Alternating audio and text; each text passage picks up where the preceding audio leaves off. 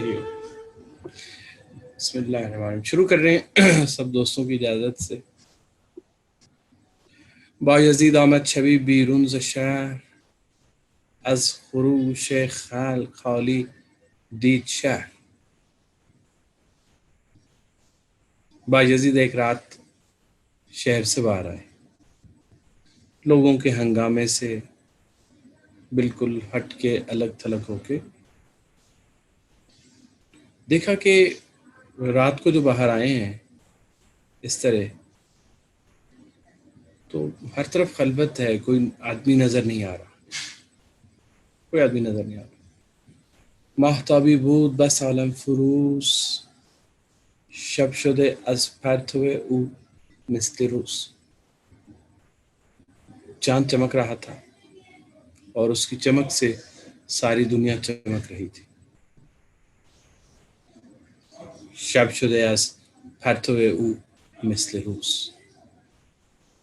چاند کے ان کرنوں کی وجہ سے رات بھی دن میں بدل چکی تھی. آسمان پر رنجم آراسته، هر یکی کار دگر را خواسته. آسمان پر ستارے چمک رہے تھے اور ہر ستارہ دوسرے سے الگ ہی طرح کا تھا. سورج کی روشنی آپ کو معلوم ہے کہ وہ ہے جو کہ چاند کو روشن کرتی ہے، اس کی اپنی روشنی نہیں ہے. ایک وہ چیز ہے جو خود سے روشن ہے اور ایک وہ چیز ہے جو کسی چیز کی وجہ سے روشن ہے. چاند فیض حاصل کر رہا ہے سورج سے اور اس کے فیض سے پوری دنیا روشن ہے.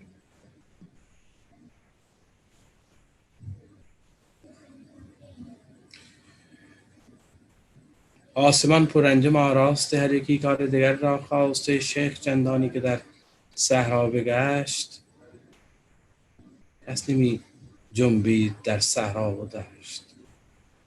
شیخ نکلے باہر، اپنے اطراف میں ادھر دیکھا ادھر دیکھا، دیکھا کہ یہاں پر کوئی آدمی نظر نہیں آ رہا، بالکل خاموشی، کوئی حرکت نہیں. شورشی بروی پدید آمد به زور، گفت یارب در دلم افتاد شور. شیخ کی حالت عجیب ہونا شروع ہوئی اندر سے. ایک خاص طرح کا سوز و گداز، خاص طرح کی بے چینی کہہ لیں وہ آنا شروع ہو گئی. گفت یارب در دلم، گفت یارب در دلم افتاد شور. کہا کہ خدای میرے دل میں بے قراری بے چینی ہے. وجہ کیا ہے؟ باچنین درگہ کہ در رفعت، شیخ چندانی که در صحرا بگشت، کس نمی جنبید در صحرا و دشت. شورشی بر وی پدید آمد به زور، گفت یارب در دلم افتاد شور. با چنین درگاه که در رفعت تو راست. فرمایا کہ خدا تیری اتنی عظیم بارگاہ، اتنی عظیم یہ مقام مرتبہ تیرا اور یہ تیری درگاہ، این چنین خالص مشتاقان چراست. لیکن عجیب بات ہے کہ تیری درگاہ کو خالی دیکھ رہا ہوں، کوئی نظر نہیں آ رہا، کوئی عاشق نہیں ہے، کوئی اشتیاق رکھنے والا جو تجھ سے ملاقات کرنا چاہے جو اس درگاہ میں حاضر ہونا چاہے. مجھے خالی نظر آ رہی. این چنین خالیز مشتاقان چرا، یہ خالی کیوں ہے؟ حاطفی گفتش که ای حیران راه، ہر کسی راہ ندہد پادشاہ. غیب سے ایک آواز آئی، کان میں پڑی کہ اے وہ شخص جو کہ حیران ہو، اس رستے میں حیرت میں ہو، مقام حیرت پہ ہو. مقام حیرت بھی مختلف تصوف کے مقامات میں سے ایک مقام حیرت ہے. پیغمبر اسلام کی ایک حدیث ہے جس میں فرماتے ہیں کہ رب زدنی تحیرا فی ذات، خدایا میرے اندر اپنی ذات کے اندر تحیر جو ہے، تیری ذات کا جو تحیر ہے میرے اندر، اس میں اضافہ کر. حاطفی گفتش کہ ای حیران رہا، غیب سے آواز آئی کہ اے جو کہ اس رستے میں حیران ہو، حیرت زدہ، ہر کسی راہ ندہد پادشاہ. کہتے ہیں ہر ایک کو بادشاہ نہیں بلاتا. عزت این در چنین اقتضا کرد کز در ما دور باشد ہر کن. اس بارگاہ کی عزت کا تقاضا یہ ہے، اس کے مقام اور مرتبے کا تقاضا یہ ہے اس درگاہ کے، کیا ہے؟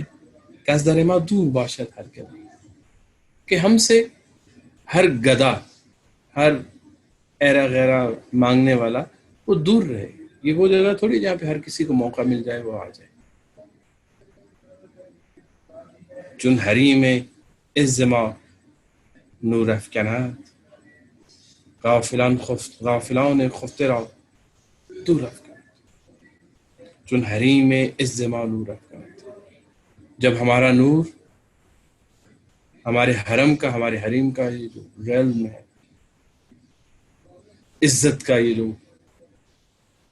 عزت کی جو سلطنت ہے ہماری، گویا خدا کی زبان سے کہہ رہے ہیں، جب یہ اپنا نور پھینکتی ہے،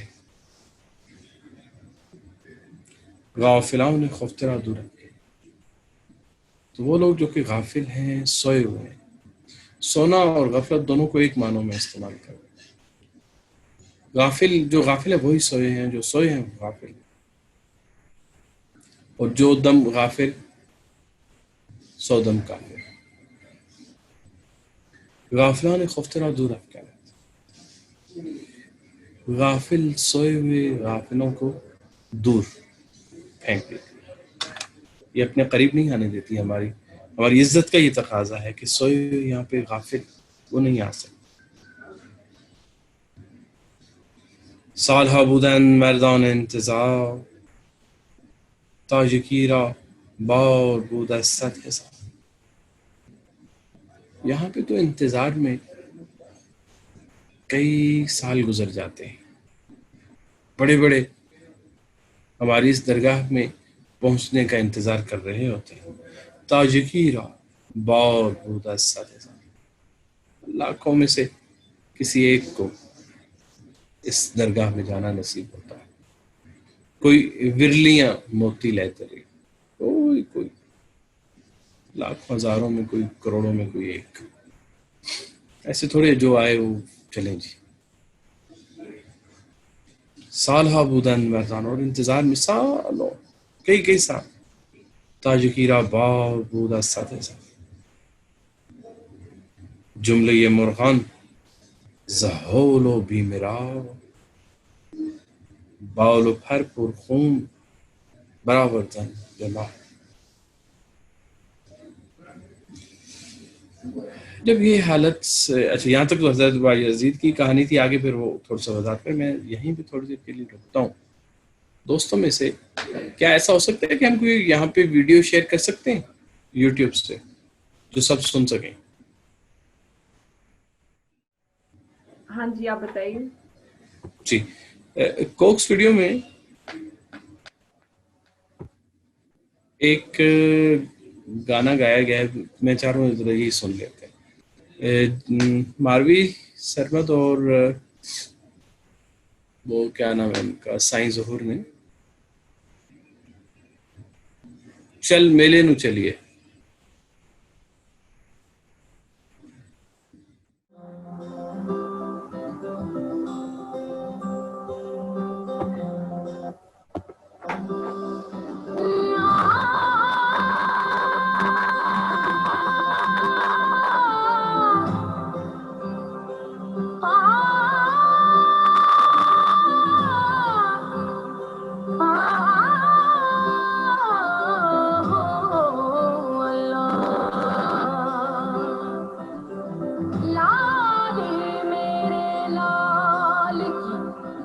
Subtitles.